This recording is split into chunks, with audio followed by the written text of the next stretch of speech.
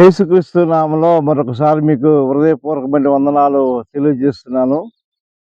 దేవుని మాటలు, చక్కటి మాటలు, బంగారం కన్నా విలువైన మాటలు మరి నేను మీకు తెలియపరుస్తున్నాను. దేవుని యొక్క యేసుప్రభు యొక్క ప్రత్యేకతలో మరొక ప్రత్యేకతను మీకు తెలియజెప్పాలని నేను ఆశపడుతున్నాను. ఏమిటనంటే ఇంతవరకు మరి అనేక మంది మరి వచ్చారు, వెళ్ళారు. దేవుళ్ళుగా అనబడినవారు, దేవతలుగా అనబడినవారు చాలామంది వచ్చి వెళ్ళారు. అయితే యేసుప్రభు అటువంటి ప్రత్యేకతలు ఇదొక ప్రత్యేకత ఏమిటంటే, ఈ మాట సర్వసాధారణంగా ఎవరు అనలేని మాట. ఎవరు కూడా అంత ధైర్యంగా, అంత ఇదిగా చెప్పలేని మాట ఏమిటో చెప్పండ్రా? పరలోకానికి నేనే మార్గం అన్నాడాయన. ఏమన్నాడాయన?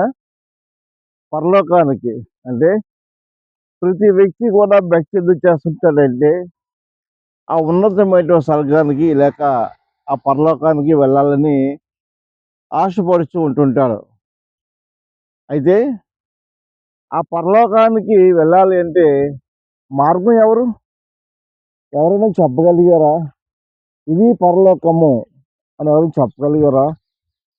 నేనే మార్గమును, సత్యమును, జీవమును, నా ద్వారానే తప్ప తండ్రి యొద్దకు అంటే దేవుడి యొద్దకు ఎవ్వరు కూడా ఎక్కిపోలేరు అనే మాట ప్రపంచంలో చాలామంది దేవుళ్ళుగా వచ్చి ఉన్నారు, కానీ ఎవరు ఈ మాట చెప్పడానికి సాహసించలేదు. ఎందుకని? అసలు ఆ పరలోకము లేక స్వర్గము ఎలాగుంటుందో, ఏ విధంగా వెళ్ళాలో ఎవరికి తెలియదు కాబట్టి.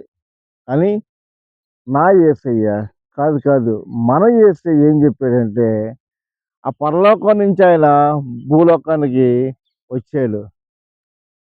వస్తూ ఆయన ఏం చెప్పాడంటే, పరలోకంలో చాలా గొప్పగా ఉంది ఆ పరలోకము. ఆ పరలోకం వెళ్ళాలి అంటే పాపంతోటి ఏ మనిషి కూడా పరలోకానికి వెళ్ళలేడు. మరి ఆ ఉన్నతమైన పరలోకానికి వెళ్ళాలంటే ఏ పాపం లేకుండా పుట్టాలి, ఏ పాపం లేకుండా జీవించాలి. పరిశుద్ధంగా జీవిస్తేనే కానీ ఆ ఉన్నతమైన పరలోకానికి వెళ్ళలేమని చెప్తూ యేసయ్య చెప్తున్నాడు. కాబట్టి ఆ పరలోకానికి వెళ్ళాలి అంటే యేసు ప్రభుని అంగీకరించి చేరవలసిందే.